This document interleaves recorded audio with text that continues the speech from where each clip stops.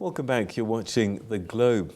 With global capital expenditure on the decline and foreign investment more competitive than ever, the African Energy Chamber and Global Market Intelligence Platform, S&P Global, hosted a webinar today to emphasize the role Africa has played and continues to play in the global upstream sector. The Russia-Ukraine conflict and anti-oil energy transition trends have caused an imbalance in the global markets. The webinar focused on frontier markets, including South Africa, Namibia, and Ivory Coast, and the need for upstream investments in 2022 and beyond. The webinar takes place ahead of the continent's premier energy event, Energy Africa Energy Week 2022. Now, the Executive Chairman of Africa Energy Chamber, NJ Ayuk, was one of the speakers at the webinar, and he joins us now via Zoom. NJ, thanks very much indeed for joining us. Welcome to the program. Always good to have you.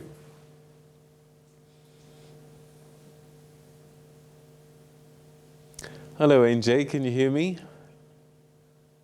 Yes, I can hear you, but I can hear you, but faintly. All right. I was just, in fact, let's start with the webinar. What was top of mind in this gathering? Yeah, the big top of mind of the gathering today, we had that question about the big question, the big million. And that is, how do we decarbonize and still deal with energy security issues, especially for Africa, given the global drive right now, where after COP26, we had all these pledges, but today we are kind of in a different place with different energy security issues. And where does Africa fit in, and what do we do as Africa, and how do we drive the market, taking into consideration global commitments and also global need for energy security today. So what are the challenges that we have to overcome? Because we are rich in carbon fossil fuels, and it's going to take us time to get through this transition if we go through at the same pace as developed nations. How does Africa balance the pressures of moving forwards and at the same time having this cheaper resource perhaps that is abundant? Well, the first thing we have to look at is we have to really focus on energy security first for Africa. 600 million people have no access to electricity. 900 million have no access to clean cooking technologies, most of them women. That energy security for everyday African, and I tell you a story, we have somebody in the Gambia or Malawi getting sick of COVID, and they have to go through a ventilator, but they have no light. They're likely going to lose their life, or a woman going through a C-section but has no power in that hospital, it's going to be a problem. So we need to take care of those basic necessities first for Africa.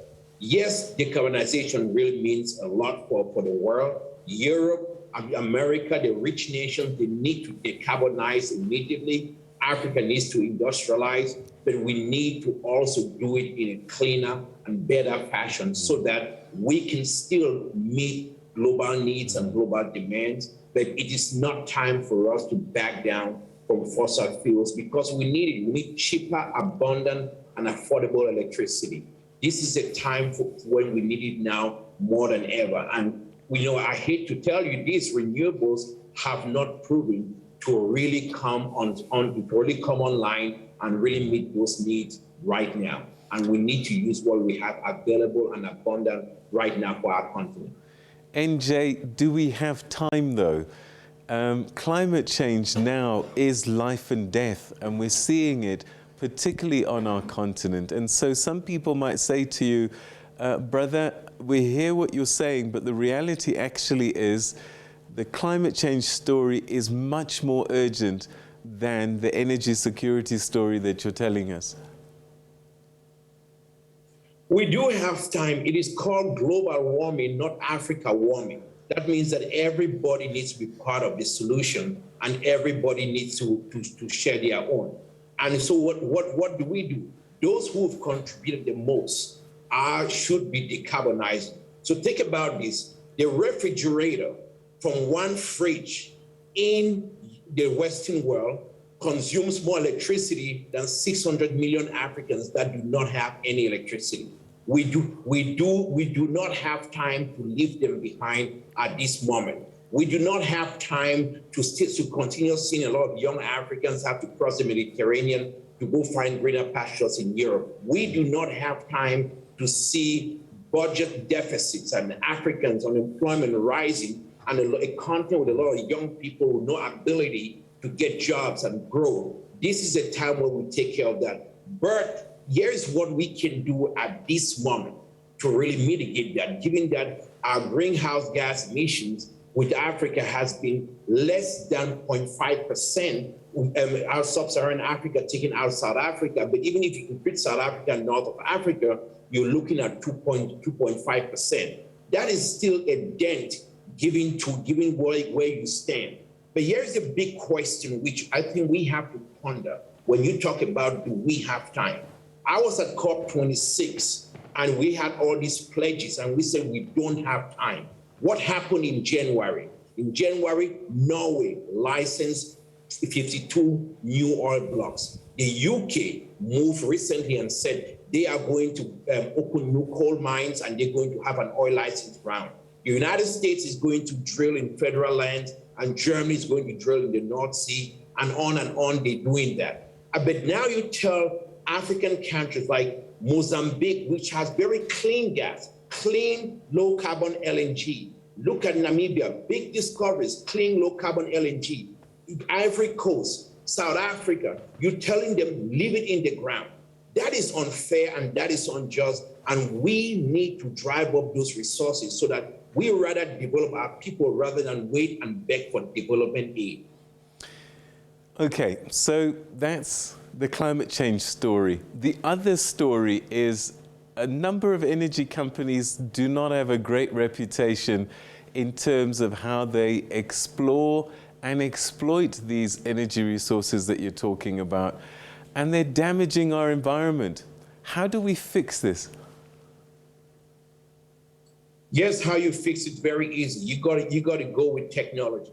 Right now, the biggest investment to fix some of these problems are going to come from carbon capturing technologies that are so important. We should be investing in that. Technologies have really improved human civilizations, and they've changed the world, and they've changed how we do business, how we communicate with each other, and how we drive that. Ken, don't you think technologies could drive us right now on how we solve our climate crisis, rather than just cave in and say, we don't want to look at it? The oil companies have been investing billions of dollars in carbon capturing technologies that are working. Shell produced the first carbon neutral LNG coming out of Russia before the crisis started. And you need to improve those technologies to have more and more production of fossil fuels in a low carbon environment. And that is what is most important. But also African governments need to step in to play their own role so that we can also have those technologies in Africa driving it.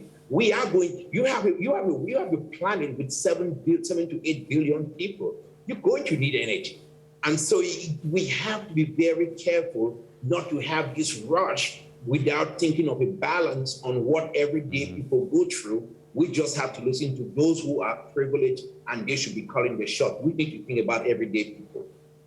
All right, so when we talk about investing in upstream activities, what are we talking about here specifically? Technologies is one thing that you mentioned. What else? We need to drill more wells. We need to find more gas. You know, gas is the cleanest form of fossil fuels. In the past, they said it was bad. The EU right now has readjusted the taxonomy on natural gas, and they're saying natural gas and nuclear are green. So if gas is green, and Africa has abundant gas resources, from South Africa to Mozambique that go from zero to the third largest gas producer in the world. Namibia, massive discoveries, 10 billion barrels. Ivory Coast, you've seen about 2 to 3 billion barrels in the Ivory Coast. I don't want to talk about Nigeria. There's just abundant gas that has been wasted in that country. But if you invest in that upstream, you being able to take that gas right now, you can fix problems today. Let's take, for example, right now, you're getting Europe that is going to go into winter in the cold. We don't have the pipelines to get gas to Europe, but before we get those pipelines, we need to build those upstream pipelines to get gas around Africa so we can create jobs, we can create urea, ammonia, NPK, fertilizer plants to drive up our continent, create new opportunities for young people, feed our people. We need to close the gap between struggle and success by investing in the upstream of the oil and gas industry. That is so essential right now. You cannot look at the gas prices in South Africa right now. The everyday citizen is paying high at the pump. So if you cannot have high prices and then you are cutting down on exploration and production, we need to go out there and explore the world and really find these resources to save human civilization right now. NJ Ayuk, always great talking to you. Thank you for giving us your thoughts and your insights. Certainly another view for sure. Thank you so much. Thank you for listening to the Voice of Africa. Thank you so much. Thank you.